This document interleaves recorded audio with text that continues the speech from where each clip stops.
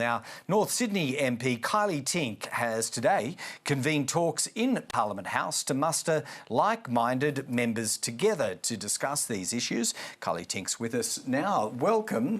Tell us about these talks. Who did you pull together today and what was discussed, Kylie? We had a fantastic panel of speakers, actually, and what was, I think, particularly strong about them is they all came from very different places and spaces in this debate. So we had the Australian Food and Grocery Council there, who speaks for all of those who manufacture goods in Australia at the moment. We had WWF there, who arguably leads the charge for us internationally when it comes to negotiating global treaties.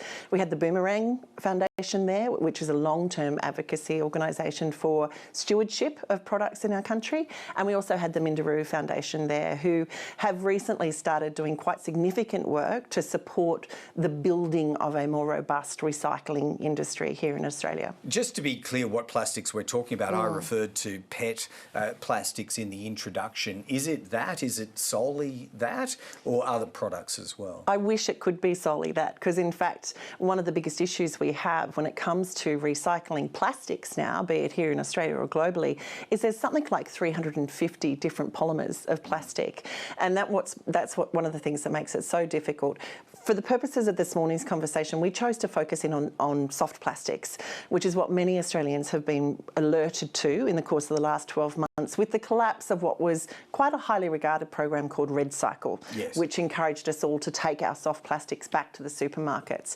As many people know, we found out 6-7 months ago now that that program had failed, and there were literally, tens of facilities that just had stockpiled soft plastics. And what is, without going into the legals of that case, what is the fate of that? I think through legal processes, whoever took over that liability was taking that stockpile with them. Are we clear what's happening with that stockpile? Sadly, the majority of that stockpile is going to landfill, which was exactly what was hoped to be avoided by introducing a program like REDcycle.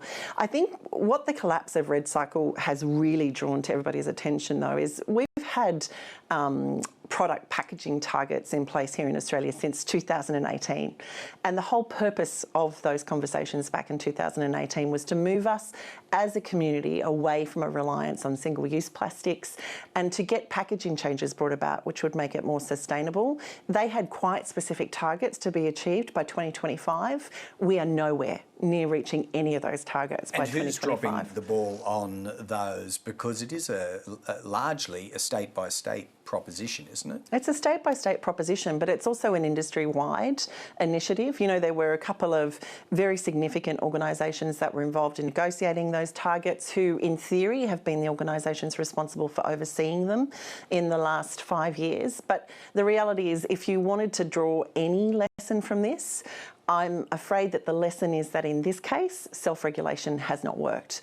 And I guess that's why for me, as a new parliamentarian, this has been a really important time to start to have this conversation in this House, in this place, because it may be that the time has come for Australia to actually legislate in terms of the targets that we have here for how packaging is produced, the makeup of that packaging, and indeed what actually happens to it after it's used. Okay, so to pursue that thought, who would legislate? Would it be the Commonwealth or the Commonwealth in collaboration with the states? I think at the moment there's quite a strong argument for there to be federal intervention, so federal regulation, which actually couples both incentive but also then disincentive to get us away from a reliance on virgin plastics and move us more to a market where manufacturers are incentivised to use recycled product. Yeah. Now, what about the waste that is generated? Moving on from that issue, where is industry up to? Because I think as part of the original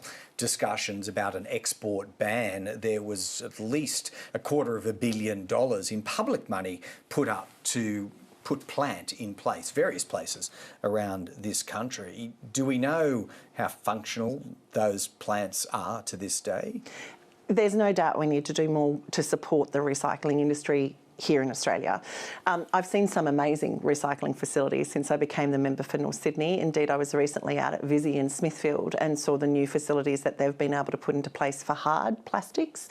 And in that area, we're doing quite a good job. Sadly, still only about 10% of plastics make it into recycling. So it really is about us as consumers at the other end, getting it into the system. The other thing that's interesting in that space is that business is actually developing more recycled plastic than is being bought by our market. Our biggest market for recycled plastic content at the moment is international and in the UK. And when you look at that, one of the reasons they believe that is the case is because in the UK, they actually have a tax on virgin plastics. Right. So manufacturers in the UK are incentivised to put recycled product into all of their plastic products. We don't have that in Australia. Okay, but you're not implacably opposed to the export of this material if it is a commercial market, or are you? Not when it's being taken. So when this stuff is being exported by Visy, it's actually at the grade that it can be used to reconstitute and to make new plastic products internationally. I'm actually quite fundamentally opposed to us offshoring our rubbish.